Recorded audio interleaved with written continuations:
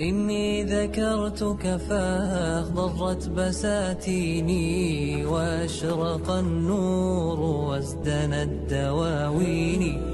أنت الحبيب الذي في الروح مسكنه، وأنت حياة في شراييني.